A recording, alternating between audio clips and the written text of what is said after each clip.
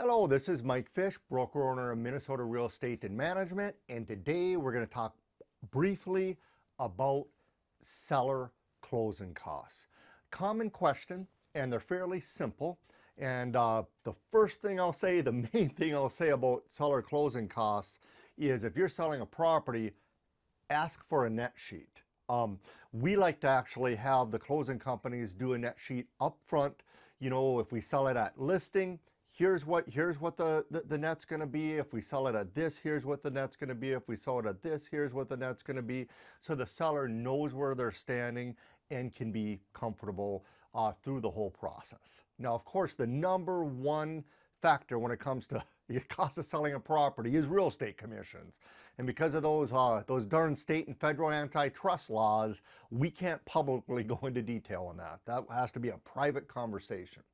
I will say with changing technologies, with different types of brokerages, there can be a big difference in those commissions. We believe as quite frankly, a boutique brokerage, we have very low overhead, and we've got flexibilities that some brokerages might not have. I'll leave it at that. Again, it's got to be a private conversation. Real estate commissions are the main cost by far for most sellers in selling property. Then you've got your state deed tax, which I think is 0.33% right now. So if you're selling a $100,000 or a $300,000 house, you're at about $1,000. Selling a $1 million house, you're at about $3,500. So it's a cost to consider.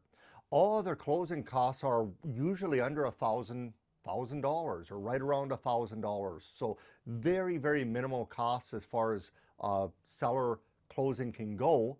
Keep in mind, virtually every seller, if there's a septic and a well test, they're paying for that septic test, they're paying for the well test.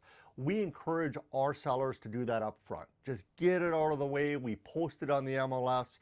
It's quite frankly, things go smoother, and buyers are more comfortable up front. One less thing to worry about.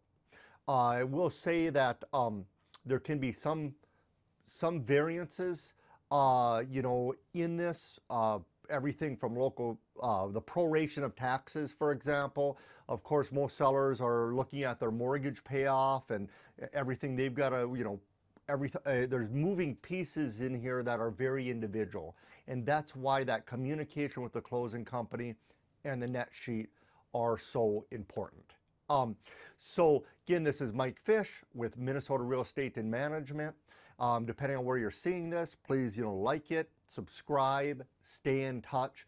We're building this content because we sincerely hope it's going to be helpful to the industry in general and individual folks out there.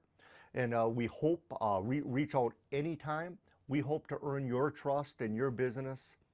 Thank you for your time.